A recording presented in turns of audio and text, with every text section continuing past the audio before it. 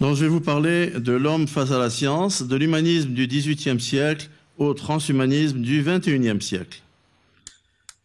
Comme nous l'avons vu depuis le début de ce colloque, l'humanisme place l'homme au cœur du débat. Il implique donc, par son universalité, l'idée d'une unité de l'humanité. Or, ceci s'oppose de manière fondamentale à l'idée très ancienne que les hommes ne sont pas tous égaux et respectables, qu'il y a des hommes et des sous-hommes. De là découle la pratique de l'esclavage qui remonte à la nuit des temps. Voici quelques chiffres en ce qui concerne la simple traite des Noirs d'Afrique. Donc l'idée d'une unité morale du genre humain s'est développée de façon assez lente et progressive. Alors quelle est l'humanité au sens de l'homme, au sens des Lumières? Il y a de nombreuses définitions, j'en donnerai 4. La première, c'est une définition dite scientifique. C'est la définition moderne. L'homme est défini en tant qu'espèce, c'est-à-dire par son génome. Alors le génome varie d'un individu à l'autre, et on sépare les espèces de manière que la variation génétique intraspécifique soit très inférieure à la variation interspécifique. Alors l'intérêt de cette définition, c'est de nous montrer, par des considérations objectives, que les hommes ont entre eux des différences, mais que ces différences opèrent sur un substrat commun qui fait que tous les hommes sont fondamentalement égaux et également respectables. La deuxième définition, c'est une définition matérialiste. L'homme est défini par sa nature biologique, par sa nature matérielle, sa nature corporelle. Cette définition conduit à distinguer des groupes ethniques, par exemple les blancs, les noirs, les jaunes, puis à les hiérarchiser, donc à établir la suprématie d'un groupe sur l'autre, et ça mène à l'esclavage. La troisième définition, c'est la définition culturelle. L'homme est défini ici essentiellement par sa culture, par son histoire. Dans cette perspective, un individu isolé n'est rien. Il ne peut se définir que par rapport à l'organisme dont il est une cellule. Alors ça, c'est une définition qui conduit tout droit à la prééminence d'une nation ou d'une culture historique, c'est le nazisme, d'une collectivité sociale, c'est le communisme, et qui mène au communautarisme dont on voit aujourd'hui les ravages. Et enfin, la définition humaniste. Alors la définition humaniste, l'homme n'est défini ni par sa nature, ni par sa culture. Il est au contraire défini, c'est-à-dire qu'il se distingue des autres animaux, par sa capacité à s'extraire de son contexte. C'est ce qu'on appelle par sa perfectibilité, laquelle d'ailleurs ne le conduit pas nécessairement vers le bien ou vers un mieux, mais peut le conduire vers le mal, c'est ce en quoi l'homme est libre. Et ça s'exprime par cette très belle citation de Jean-Jacques Rousseau, je cite, « Il y a une autre qualité très spécifique qui les distingue, les hommes des animaux, c'est la faculté de se perfectionner, au lieu qu'un animal est au bout de quelques mois ce qu'il sera toute sa vie, et son espèce au bout de 1000 ans, ce qu'elle était la première année de ces 1000 ans. » Et en 1784, dans son célèbre essai « Qu'est-ce que les Lumières ?», Kant déclare « Sapere aude et le courage de te servir de son propre entendement. Voilà la devise des Lumières. » Alors je voudrais dire que cette exhortation n'était d'ailleurs pas nouvelle, et on va trouver beaucoup de choses des Lumières qui ne sont pas nouvelles du tout, puisque c'est une locution qui est empruntée au poète latin Horace, qui vivait de 65 à 8 avant Jésus-Christ dans les Épîtres, et qui signifie littéralement « ose savoir ». Ainsi Luther, par exemple, a été un anti-humaniste, puisqu'il insistait sur la petitesse de l'homme par rapport à Dieu, alors que les humanistes mettent l'homme au centre. Mais il a été l'un des éléments fondateurs de l'humanisme classique, en affirmant que l'homme n'a pas à faire confiance à des autorités humaines pour lui dicter sa conduite, mais que la vérité, il doit la rechercher dans son cœur, dans son esprit, dans son intelligence, en totale conformité avec la maxime de Kant, « ose penser par toi-même ». Alors, quelles sont les conséquences de cette perfectibilité? Eh bien, d'abord, la maîtrise de l'homme, de son organisation sociale. Le schéma ancien, celui de l'Antiquité grecque, aussi bien que du christianisme jusqu'au XVIIIe siècle, correspond à une conception selon laquelle la destinée de l'homme dépend entièrement et exclusivement de forces extérieures, les dieux de la mythologie grecque ou le dieu des chrétiens. Dans ce schéma, par exemple, l'homme a une place et une fonction bien définie dans un univers qui le dépasse et auquel il est totalement soumis. Il en est ainsi de la vision chrétienne de l'homme déchu depuis le péché originel, incapable de réaliser son salut par ses propres forces, dépendant entièrement de la grâce divine. Eh bien voilà qu'après Copernic, la révolution scientifique du XVIIe siècle, avec Galilée, Descartes, Newton, bouleverse l'ordre du cosmos, tel qu'on le concevait jusqu'alors, et par suite bouleverse les notions de perfection, d'ordonnancement du monde, d'harmonie des sphères, de relation entre l'homme et le monde qui l'entoure, et constitue par conséquent une remise en cause des valeurs morales et spirituelles, y compris dans la relation essentielle à l'époque de l'homme avec Dieu. Et c'est dans cette rupture, dans ce divorce total entre le monde tel qu'on l'imaginait et le monde tel qu'on l'observe, que l'homme prend vraiment conscience au siècle des Lumières de lui-même et de sa perfectibilité. Chez les Lumières, la perfectibilité apparaît ainsi comme un projet social et politique, comme une libération de l'homme, comme un combat contre tout ce qui est imposé à l'homme de l'extérieur, et en premier lieu, comme une lutte acharnée contre l'ordre religieux, contre l'ordre social, contre l'ordre immuable de l'Ancien Régime et de la monarchie de droit divin. Les Lumières débouchent sur la Révolution française et la Déclaration des droits du citoyen, de l'homme et du citoyen. Montesquieu fustige l'esclavage. Condorcet prend la défense des droits de l'homme, soutient les droits des minorités, des Juifs et des Noirs. Il fonde la Société des Amis des Noirs. Il se prononce pour le droit de vote des femmes. Mais il ne faut pas croire que tous étaient unanimes. Je vais citer un passage de Jean-Jacques Rousseau dans Émile ou l'Éducation. Je cite. « Ainsi, écoutez bien, messieurs, toute l'éducation des femmes doit être relative aux hommes. Leur plaire, leur être utile, se faire aimer et honorer d'eux, les élever jeunes, les soigner grands, les consoler, les conseiller, leur rendre la vie agréable et douce, voilà les devoirs des femmes dans tous les temps et ce qu'on doit leur apprendre dès leur enfance. » Voilà. Comment on applaudit ça? Vous n'avez pas le droit d'applaudir? Voilà, bien heureux les hommes de ces temps-là. Heureusement, ça a beaucoup changé depuis. Pas depuis très longtemps. Deuxième conséquence de la perfectibilité, la maîtrise de la nature. Alors au XVIIIe siècle, les sciences subissent un essor et une mutation considérable. Il y en a trois. Premièrement, elles construisent leur méthodologie fondée sur l'observation et le raisonnement. Deuxièmement, elles se diversifient par une spécialisation progressive. Et troisièmement, on vient de le dire, elles trouvent leur langage, les mathématiques. Alors en particulier, on découvre l'électricité statique, ce qui fascine les chercheurs, les badauds et la cour du roi Louis XV qui fait installer un cabinet de physique dans ses appartements. C'est le roi, c'est pas la cour.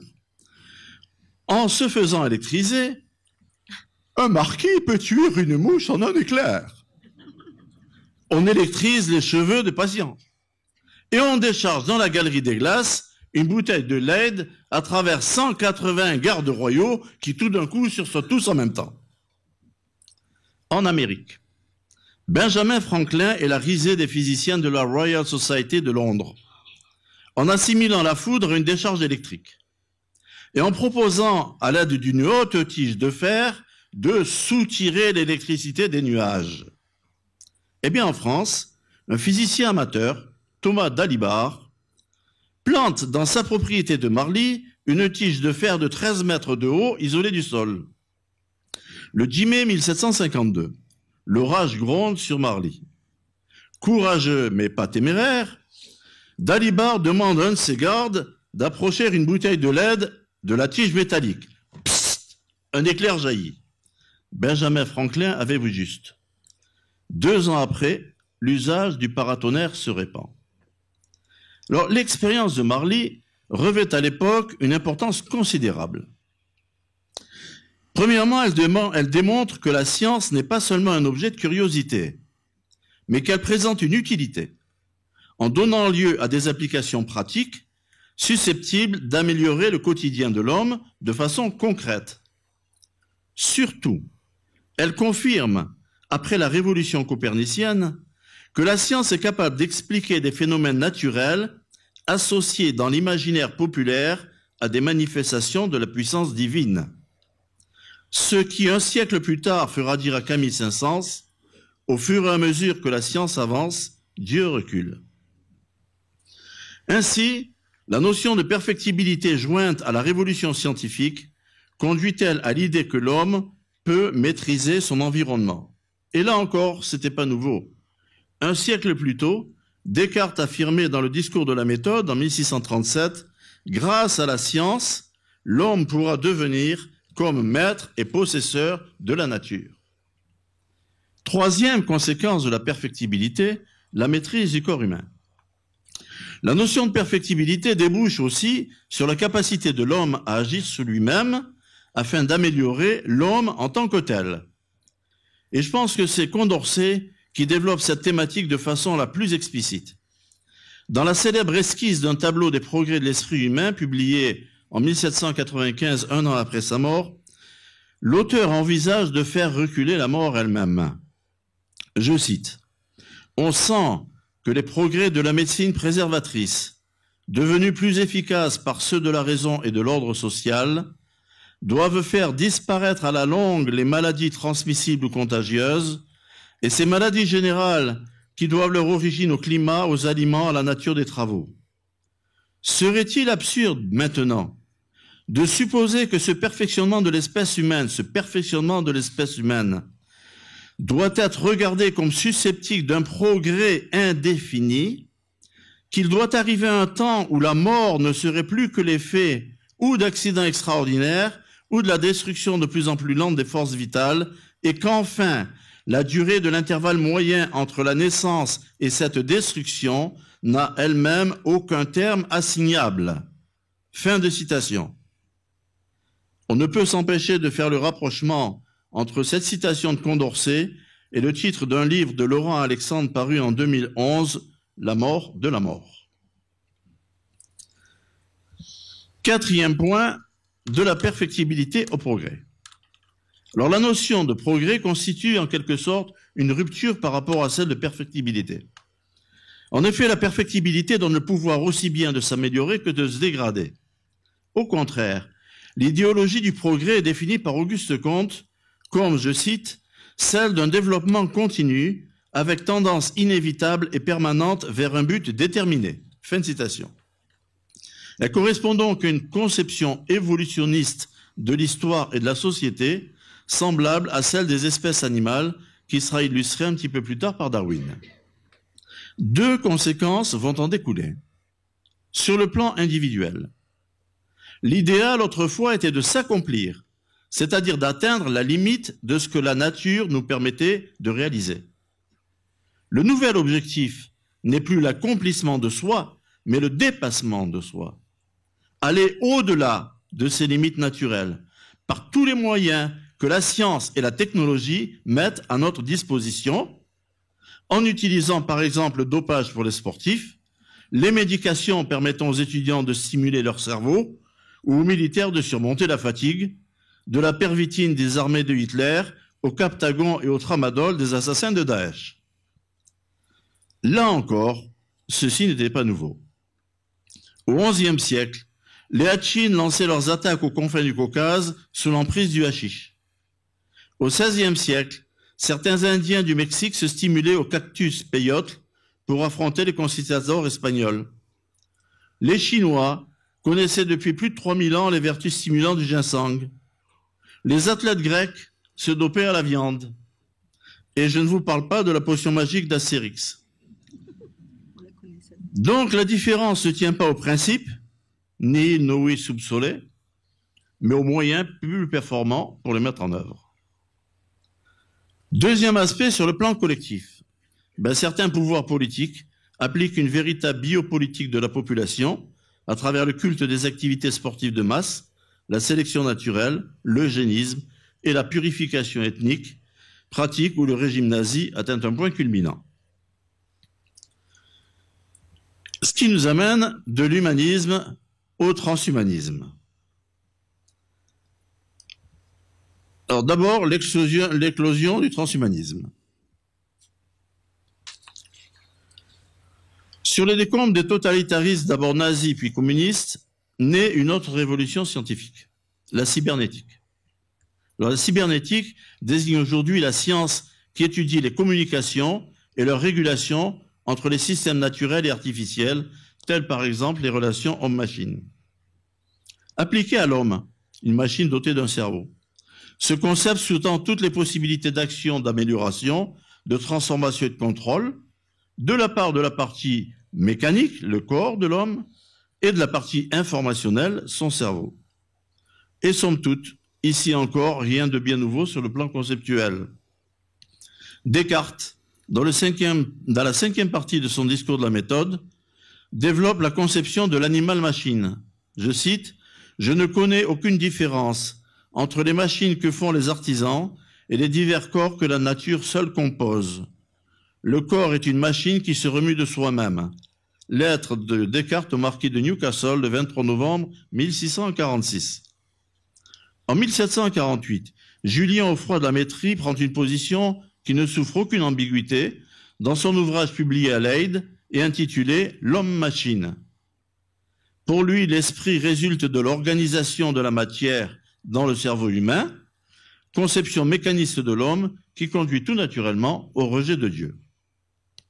Ainsi, l'homme est une machine, il s'attaque à la mort, le concept est en place, il suffit d'attendre que la technique soit suffisamment avancée pour espérer envisager des réalisations concrètes. Avec la révolution technoscientifique moderne, naît ainsi le transhumanisme, héritier direct des Lumières.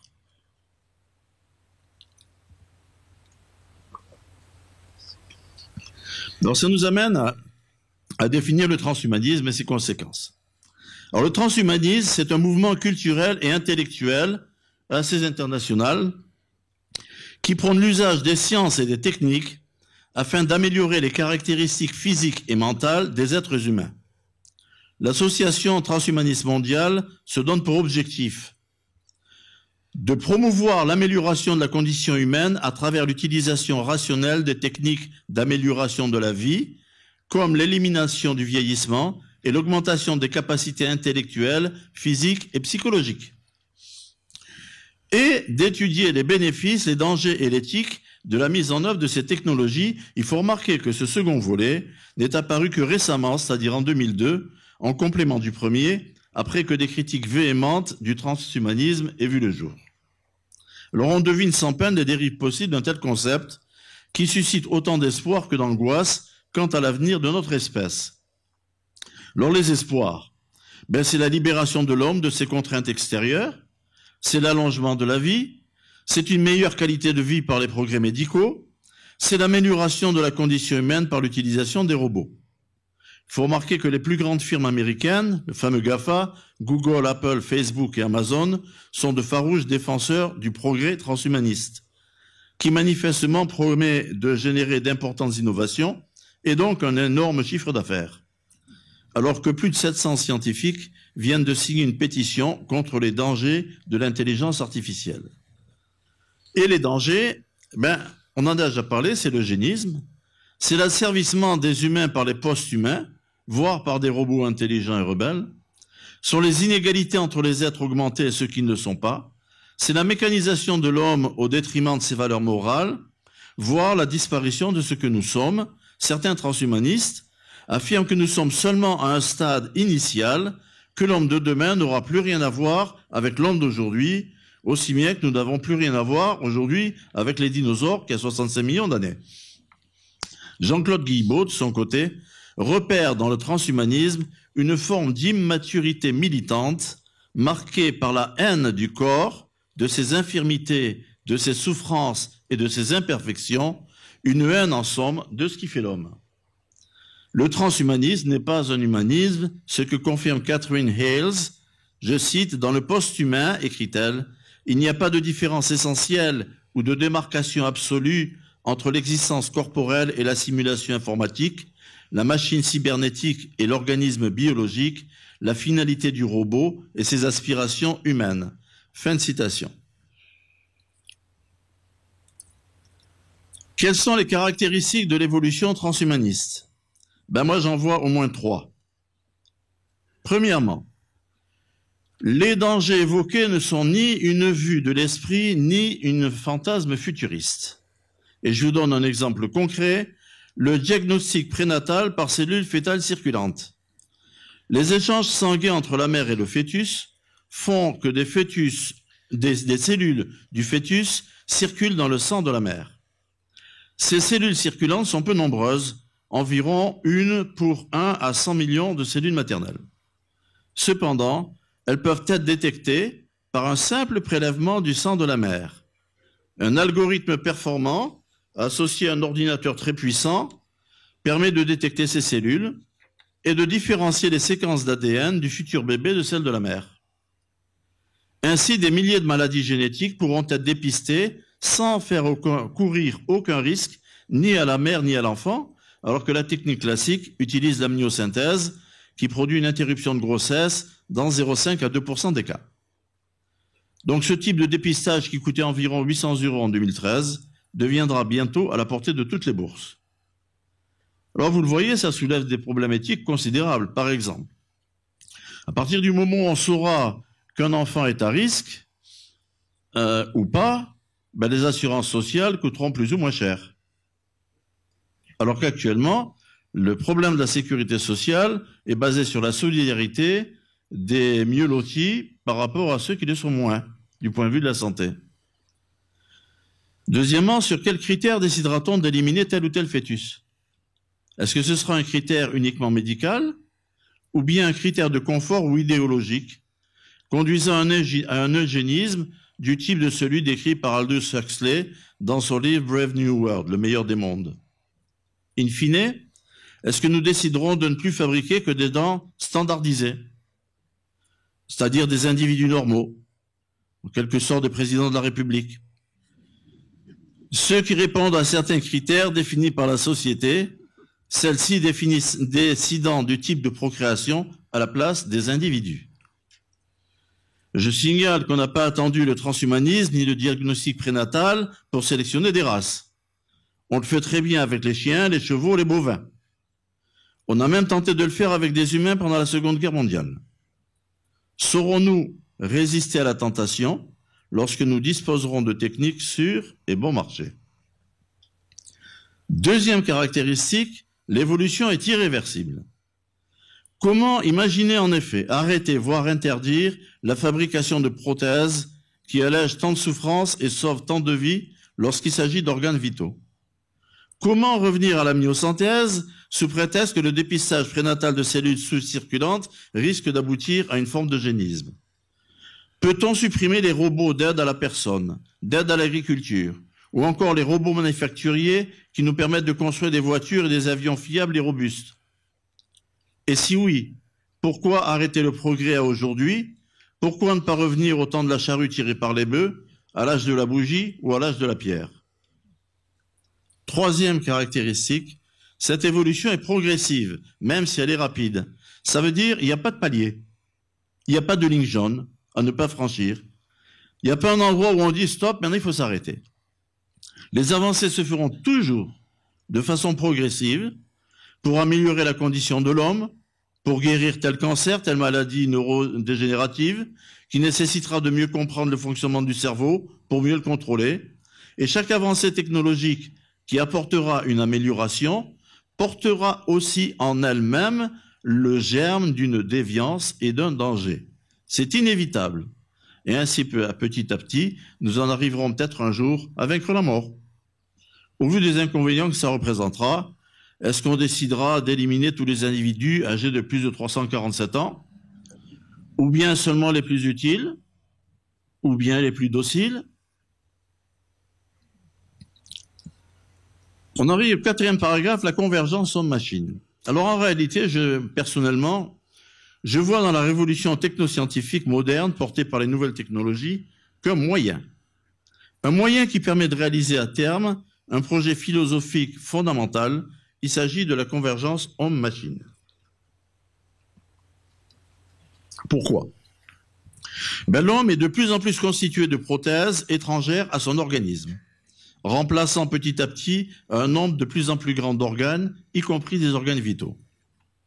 Il sera à l'avenir de plus en plus bardé de capteurs en tout genre, qui en feront un être de plus en plus connecté, mais de plus en plus artificiel, c'est-à-dire que l'homme se mécanise et le Robocop des films de science-fiction est peut-être en train de devenir réalité.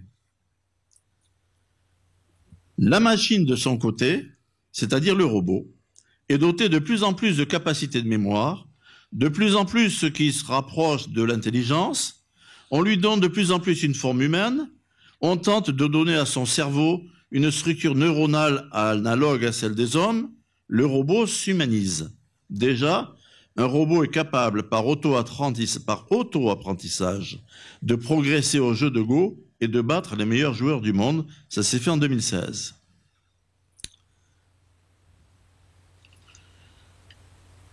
Avant de parler des racines du transhumanisme, je voudrais vous dire quand même qu'il y a de plus en plus de recherches qui tentent de définir des connexions entre le cerveau humain et puis un ordinateur ou le cerveau de robot.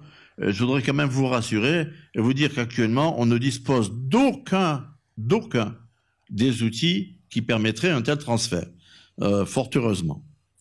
Mais enfin, il faut remarquer quand même qu'on assiste à notre époque à des progrès fulgurants. Il a fallu 13 ans et un programme de 2,7 milliards de dollars pour pouvoir décoder le génome humain. Ça s'est fait en 2000. Aujourd'hui, il faut quelques heures et quelques milliers de dollars. C'est-à-dire qu'on a gagné un facteur d'1 million en seulement une dizaine d'années. En seulement 10 ans. Donc vous voyez l'avancée des progrès. Alors, une connexion homme-machine, c'est une utopie aujourd'hui, mais on se souvient qu'il y a 50 ans, voler, c'était une utopie.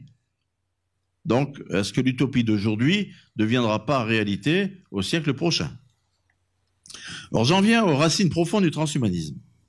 Alors, en réalité, le transhumanisme plonge ses racines au plus profond de la pensée humaine, dont les Lumières ne sont qu'une étape. Une étape essentielle, certes, mais seulement une étape. Alors, il y a des nécessités qui sont considérées comme géopolitiques par certains peuples, et chez ces peuples, ces nécessités transcendent les âges et les régimes. Par exemple, la conquête par Rome des marches de son empire pendant près d'un millénaire.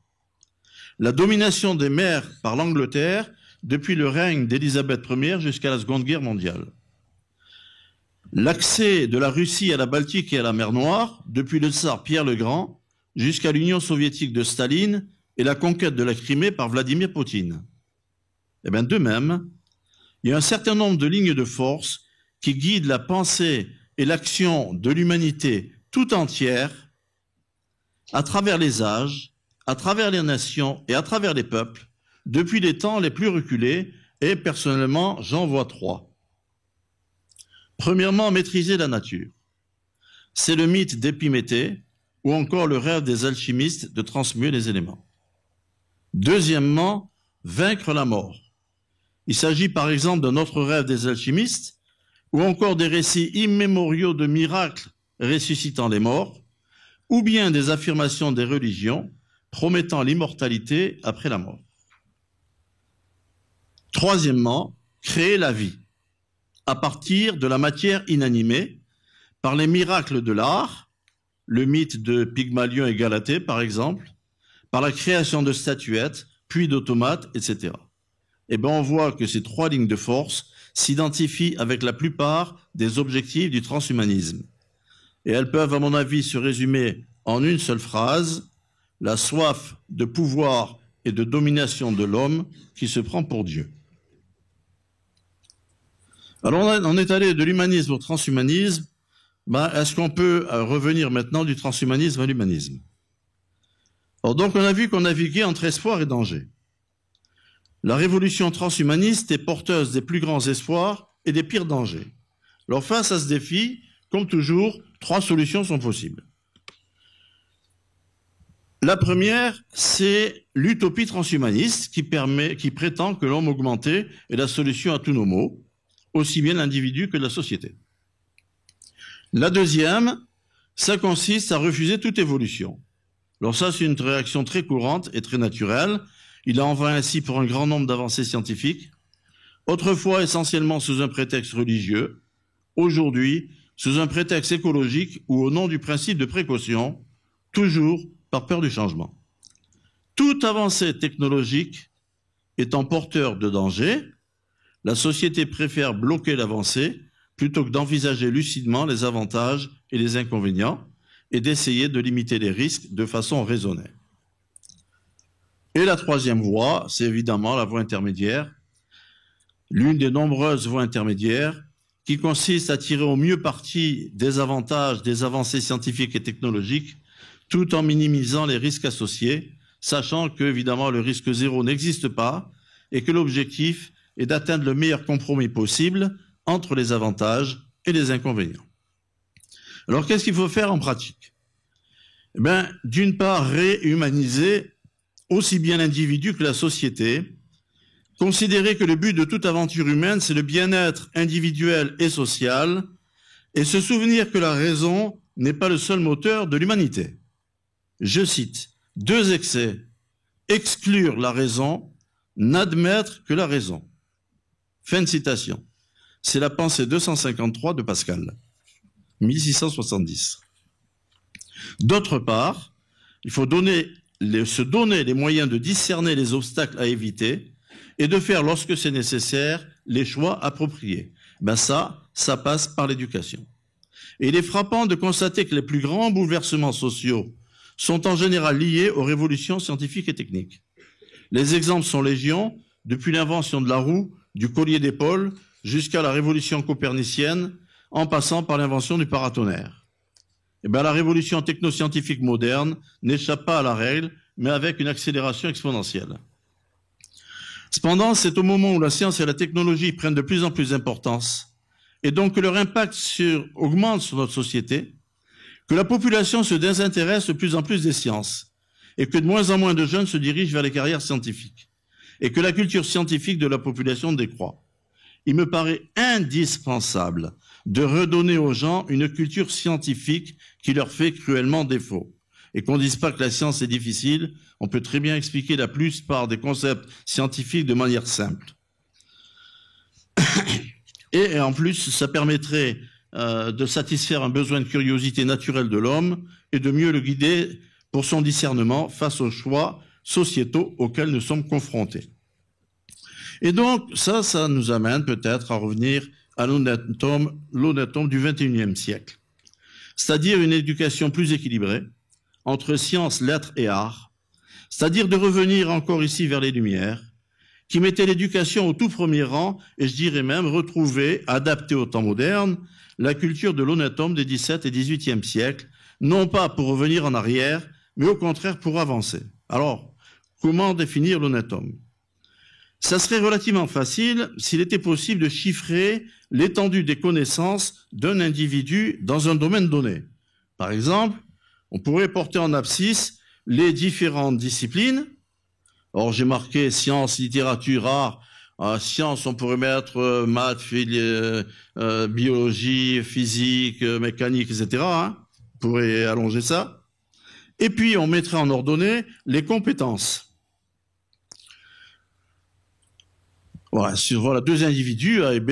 L'individu A, il possède pas mal de compétences en sciences et en littérature, rien ailleurs. Par contre, l'individu B est moins compétent, est moins pointu, mais il a un spectre plus large. Qu'est-ce qu'on dira? L'individu est plus cultivé que A, parce que la surface rouge est plus importante que la surface bleue. Voilà. Alors, où est-ce qu'on doit se situer? Eh bien, on se place quelque part entre quatre pôles extrêmes. Ces quatre pôles extrêmes, c'est le parfait spécialiste. Le voilà. Il connaît tout sur rien. Le deuxième, c'est le parfait généraliste. Il connaît rien sur tout. Après, vous avez le parfait imbécile. Il connaît rien sur rien. Et celui dont on parle depuis 2 jours, le parfait encyclopédiste, il connaît tout sur tout. C'est intéressant parce que si vous comparez la première et la dernière figure, vous savez qu'un plan est constitué par l'ensemble de ces droites qu'il contient. Ce qui démontre que le parfait encyclopédiste en connaît autant que tous les spécialistes réunis. Bon, là, il n'y a rien de bien nouveau.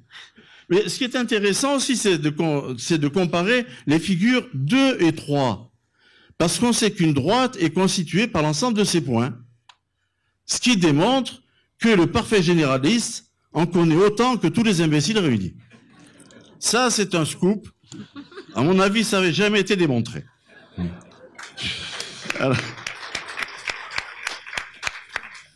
Alors en réalité, évidemment, c'est un petit peu caricatural, vous en doutez. Le spécialiste, il n'est pas parfait. Ça veut dire qu'il ne connaît pas tout sur rien, mais il connaît beaucoup sur peu. Le généraliste, il n'est pas parfait. Il ne connaît pas rien sur tout, mais il connaît peu sur beaucoup. Et où est-ce qu'on se situe, nous? Où doit se situer l'homme du XXIe siècle? Ben, l'homme du XXIe siècle, le voilà. Alors, qu'est-ce qu'on voit? Ben, on voit que le malheureux, il a quelques trous, hein, il a quelques lacunes, mais il a 2 caractéristiques essentielles. Oui, c'est pas François-Xavier Fabre. Hein. Alors, la première caractéristique, c'est qu'il a une compétence relativement poussée dans au moins un domaine disciplinaire, qui lui est aujourd'hui indispensable pour trouver un emploi et être performant dans son travail, parce que chaque travail, aujourd'hui, nécessite une certaine technicité. Et la deuxième caractéristique, c'est qu'il possède des connaissances étendues dans un grand domaine de discipline. C'est-à-dire que c'est un être cultivé. Et c'est au moins indispensable qu'une bonne spécialisation, aussi bien sur les plans individuels que sur le plan sociétal. Pourquoi? Au plan individuel, d'abord, s'il ne connaît pas seulement sa partie, ça lui permet de discuter avec les autres collègues compétents dans d'autres domaines. Il faut qu'il ait quelques notions dans ces domaines de façon à pouvoir discuter avec eux. Deuxièmement, ça lui permet de se reconvertir le jour où il sera amené à changer de travail. Aujourd'hui, on estime qu'on doit changer de travail à peu près tous les 5 ans. Et enfin, l'épanouissement d'un individu résulte du bon équilibre entre les activités intellectuelles, artistiques et sportives. Rabelais déjà, vous voyez encore, c'est pas nouveau, faisait sienne la maxime du poète, c'est encore plus ancien, satirique, latin, Juvénal, mens sana in corpore sano. Au plan sociétal, il est nécessaire d'avoir une culture scientifique et technologique pour les raisons que je vous ai dit tout à l'heure. Surtout, une civilisation se fonde sur l'acquisition et l'appropriation de connaissances et de comportements communs. Elle ne peut donc pas se construire par la juxtaposition d'individus ou de groupes disjoints n'ayant aucun ou peu de référentiels communs. En particulier, on a vu tout au long de ma présentation combien était importante la filiation des concepts et leur évolution dans le temps, ce qui montre l'importance des fondements historiques dans la culture et l'éducation. Là où l'histoire est oubliée, voire reniée ou même détruite, la civilisation recule et la barbarie avance. On l'a vu avec Daesh. Ainsi, par exemple, notre civilisation occidentale possède un double fondement gréco-latin d'une part, judéo-chrétien d'autre part, qui se manifeste dans nos langues, dans notre comportement, dans nos lois et dans notre culture. Renier, voire oublier ce fait, constituerait un recul de notre civilisation qui, au contraire, comme elle l'a fait par le passé, doit s'appuyer dessus pour intégrer sans crainte les apports extérieurs qui l'enrichissent sans la déstabiliser. Du passé, faisons table rase. C'est la pire des choses pour l'équilibre social. J'en arrive à la conclusion. Confrontée à l'évolution transhumaniste, notre société doit contrecarrer les risques d'individualisme, d'égoïsme, de communautarisme, non pas en refusant le progrès technologique, mais au contraire en le maîtrisant, en refondant les valeurs humanistes qui ont créé notre civilisation, en s'appuyant sur les fondements culturels qui créent notre solidarité, bref, en retrouvant une éthique que le transhumanisme rejette. Ceci ne peut se réaliser, on l'a vu, que par l'éducation, qui doit permettre de développer les qualités humaines de chaque individu par un équilibre entre ces différentes activités. L'humanisme nous a légué deux héritages. Le premier héritage, c'est le progrès politique et social. La certitude que les hommes sont fondamentalement égaux entre eux et également respectables. Que la société peut s'approprier des valeurs permettant de contrer la barbarie inhérente à l'homme. C'est le propre d'une civilisation, à l'opposé du mythe du bon sauvage. Mais les idéaux humanistes de démocratie, de liberté, d'égalité, associés à la notion de perfectibilité, ont engendré la révolution. D'où ont découlé l'arbitraire, la terreur et les exécutions sommaires, c'est-à-dire le contraire de la démocratie et de la liberté. Après maints soubresauts, les erreurs de la Révolution ont été corrigées, se sont estompées, nos pays occidentaux ont trouvé une vie sociale et démocratique relativement apaisée et proche de l'esprit des Lumières. Le second héritage, c'est l'esprit scientifique, le recul du dogmatisme au profit de l'observation et du raisonnement, débouchant sur l'essor des sciences et des techniques et les progrès dans la maîtrise de l'environnement matériel de l'homme.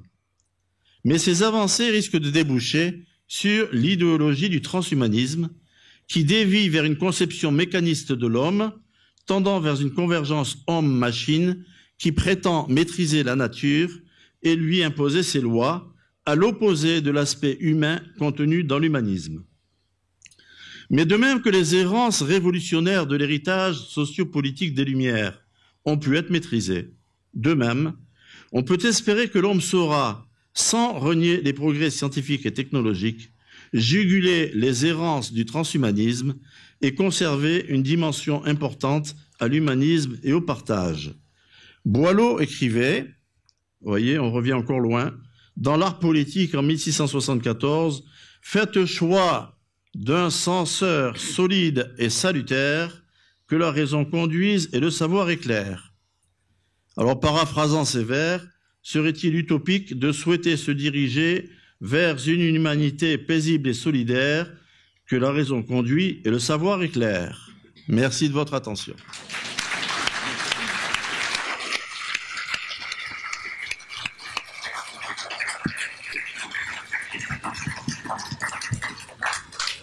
Merci beaucoup Jean-Pierre pour tes mots sur l'éducation, sur la culture, ta rigueur, ton humour aussi, et je dirais merci pour ton humanisme, le tien, qui t'est bien propre. Je pense qu'on peut l'applaudir une nouvelle fois. Merci Muriel. Alors, est-ce que nous aurions le temps pour quelques questions dans la salle? Oui, une dizaine de minutes. Oui. Voilà, donc le débat est ouvert. Si vous avez des questions, peut-être puis-je me permettre la première? Oui, tu m'autorises à poser la première question. Bien sûr, c'est toi qui mène le débat. Voilà. Donc pour revenir sur ce que tu viens de dire et sur les appréhensions concernant le transhumanisme et qu'on entend bien et dont il faut se saisir, il me semble qu'il y a des instances, en tout cas peut-être à faudra y travailler davantage et s'en saisir, mais les comités d'éthique, par exemple, et dans les communautés scientifiques, dans les communautés médicales, on voit se développer ces centres avec des travaux tout à fait intéressants, tout à fait pertinents, et sans doute que ces décisions-là, contrairement aux intelligences artificielles, relève typiquement de la position de l'homme et pas celle de la machine. C'est-à-dire on ne pourra prendre des décisions que de décisions humaines.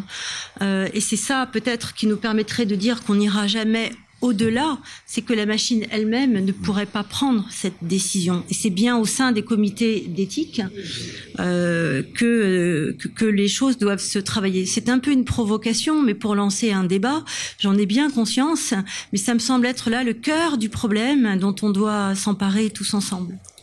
Je suis tout à fait d'accord avec toi. Je mettrai quand même un petit bémol, c'est qu'il faut parfois aussi se méfier des décisions humaines. Qui aurait dit que le peuple allemand, si cultivé et si civilisé, allait en l'espace d'une vingtaine d'années basculer dans le nazisme. Donc, on peut faire confiance aux décisions humaines jusqu'à un certain point, et nous sommes dans des sociétés toujours très fragiles, et il suffit souvent de pas grand-chose pour un basculement.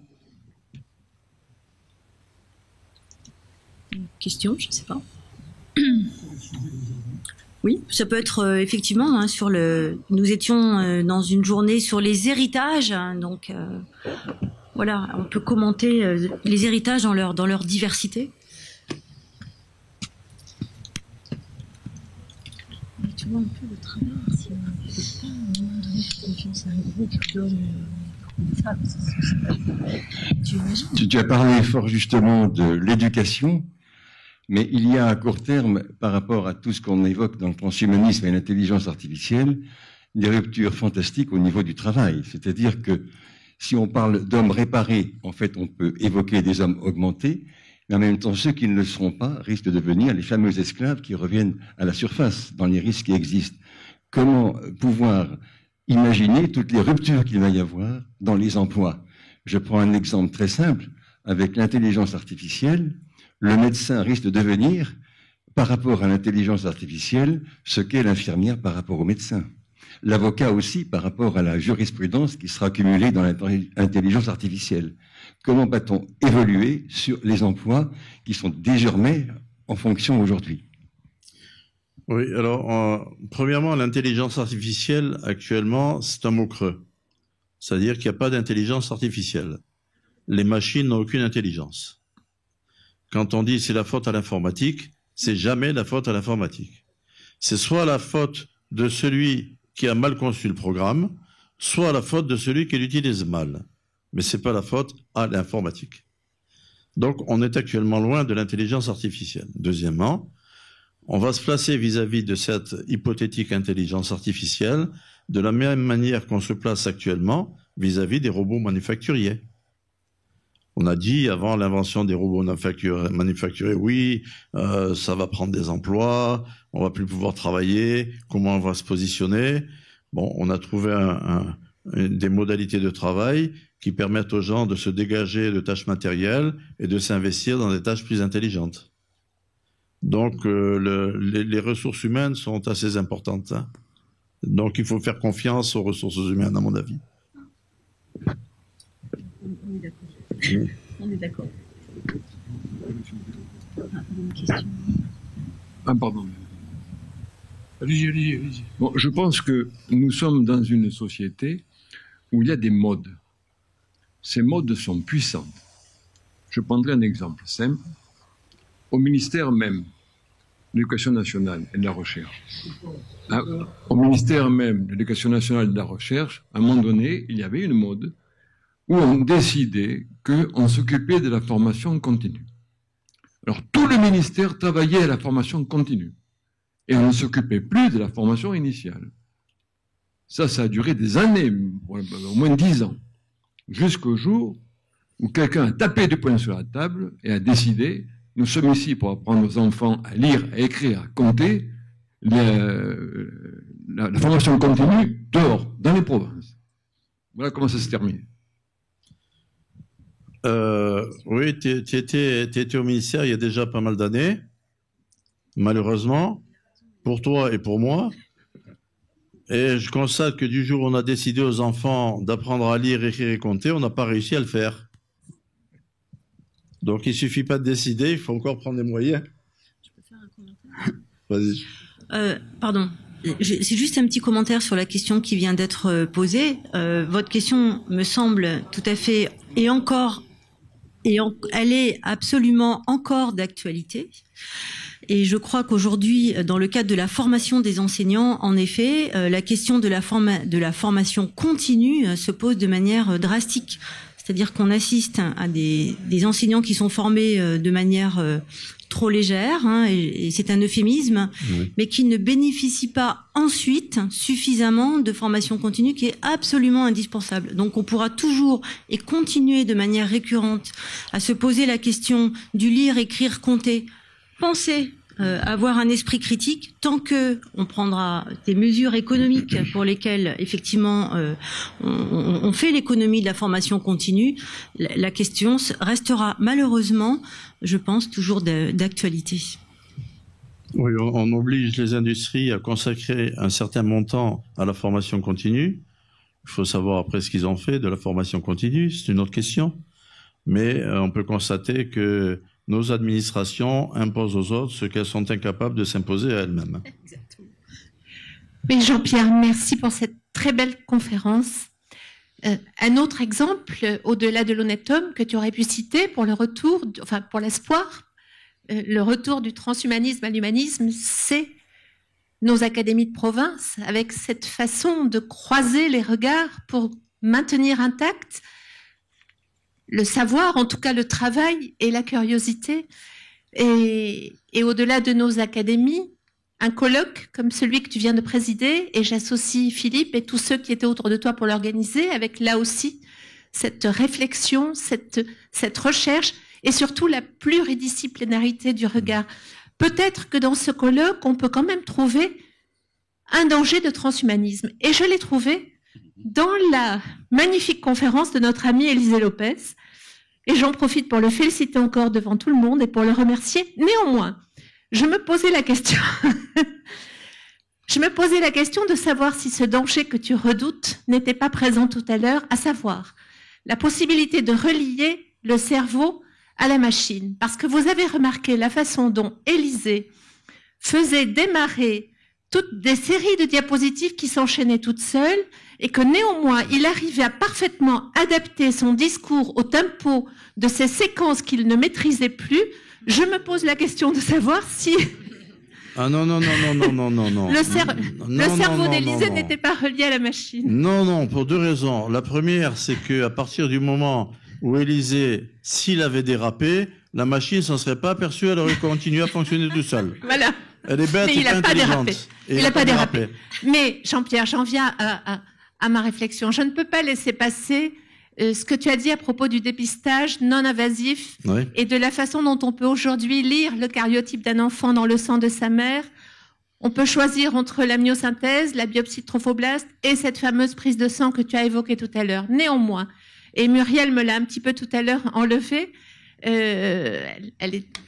néanmoins, nous savons quand même que quel que soit le progrès scientifique, l'éthique suit la science. Elle ne la précédera jamais, mais heureusement, elle la suit et elle est là.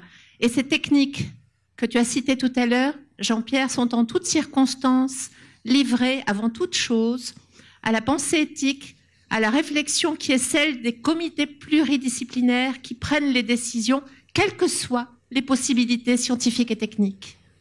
Oui, il y a des décisions qui sont prises, il y a des comités d'éthique qui fonctionnent, et il y a eu un docteur Mengele pendant la Seconde Guerre mondiale. Hein, il y a 8 jours, on nous a fait part d'une greffe de peau sur un petit garçon qui était en danger de mort à partir d'une thérapie génique. On a prélevé des cellules, quelques cellules saines sur sa peau malade. On a introduit un virus qui a corrigé le gène défaillant. On a fait une culture in vitro. Et on a greffé la peau qui s'était ainsi développée, on lui a fait une greffe de peau. C'est quelque chose de merveilleux, qui a sauvé une vie, qui en sauvera d'autres. Qui empêchera telle personne de vouloir se refaire une peau neuve pour enlever ses rides? Qui décidera de ne pas le faire? Qui payera? Certainement pas la sécurité sociale, certainement pas les mutuelles, et certainement pas les plus pauvres. Voilà un exemple de dérive. Impossible. Donc, il faut à la fois essayer de favoriser les progrès, mais être très vigilant et se méfier des dérives que ça peut produire. Je ne pourrais pas empêcher telle première dame de France de vouloir se refaire une peau neuve. T'as quelque chose contre les présidents, Jean-Pierre? Le président normal. Enchaînons. Bon, on m'entend? Oui, moi, je voulais d'abord te féliciter pour cette remarquable conférence qui est extraordinaire. Et finalement, tu réponds un peu à toutes les questions que je me posais, à savoir, on ne peut pas maîtriser le processus. Effectivement, tu as parlé d'un peuple éduqué qui était l'Allemagne et qui a basculé vers le nazisme. Tu viens de parler du docteur Mengele. Les comités d'éthique, c'est parfait dans une société comme la nôtre. Je vous rappelle que nous, on est ici un groupe d'intellectuels qui sont des honnêtes hommes, relativement. Le monde n'est pas fait que de ça. On a encore des exemples de pays, en Asie par exemple, où quelqu'un qui peut être plus ou moins fou, n'ayant pas peur des mots, peut nous entraîner vers une catastrophe. Et donc effectivement, une humanité paisible et solidaire et revenir vers l'humanisme, on a actuellement, même l'ONU ne contrôle pas ça. Et donc là, il y a un danger mortel, et on ne peut pas arrêter non plus l'orientation vers l'humanisme et vers l'homme augmenté, parce que dans n'importe quel coin, dans n'importe quel labo privé, actuellement, on a des industriels qui arrivent à amasser des sommes extraordinaires, on ne peut pas les empêcher d'aller vers ça. Et donc, effectivement, cette réflexion, il ne faut pas être complètement pessimiste, mais il ne faut pas non plus être optimiste. Il y a un très grand danger, un vrai danger, et pour l'instant, je suis persuadé, et les exemples que tu as donnés le montrent avantageusement, qu'on n'a pas la maîtrise de ces contrôles. On va arriver. Peut-être une dernière question? Alors, ce sera la toute dernière question. Alors, d'abord, une remarque. Merci pour cette conférence très belle. Les comités d'éthique, ils ne sont pas décisionnels. C'est la loi qui peut donner conseil, mais c'est la loi c'est la représentation nationale qui le fait. Et le problème aussi, qui nomme les membres des comités d'éthique, que ce soit au plan national ou au plan institutionnel. Ça, c'est une première question, une première réflexion. Ensuite, on a l'impression qu'on est dans une espèce de fuite en avant, une stratégie du cliquet, on ne peut pas revenir en arrière, mais de toute façon, c'est inscrit dans la nature de l'homme. On le voit dans les récits bibliques, et finalement, c'est pas mal, parce que c'est le fondement de la liberté des hommes.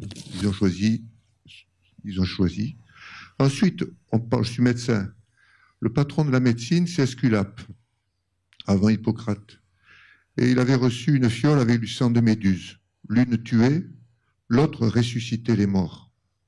Et donc, elle a utilisé une fiole pour ressusciter les morts. Ce qui fait que Hadès, qui n'était pas content, il manquait de clientèle aux enfers, est allé voir Zeus, qui a foudroyé Esculape, parce qu'il rompait l'ordre naturel des choses. Bon.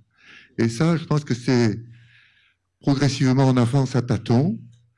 Il y a des choses extraordinaires qui sont faites, il y a des choses moins bien. Et on avance comme ça avec le bien et le mal en même temps. Et je trouve que c'est intéressant, cette réflexion que nous avons, qu'on discute. Le problème, on discute entre nous. Le problème, ça devrait aller sur la place publique. Et il nous faut trouver peut-être les moyens de le répandre sur la place publique. Cette fois, ce sera la toute dernière. Bon, eh bien, écoutez, nous arrivons maintenant au terme de ce colloque. Merci de votre indulgence pour cette dernière question. Jean-Pierre Noguet, merci infiniment pour cette très belle communication, avec un brin de pessimisme sur les dérives possibles, certaines. Mais je pense qu'au-delà des comités d'éthique qui ont une importance fondamentale, il faudrait assurer une information permanente du politique qui a une décision finale à donner. Parce qu'un cas similaire de danger aussi extrême s'est présenté il y a quelques années avec la découverte de l'arme nucléaire. Et à ça, Russell et Einstein ont répondu par un manifeste en disant « C'est aux politiques maintenant qu'appartient la décision. Vous avez une arme extraordinaire pour l'évolution scientifique et pour des bienfaits certains, mais redoutable sur l'avenir de l'humanité, à vous de trancher. » Et c'est là qu'a été signé un pacte de non-armement nucléaire par un grand nombre de pays.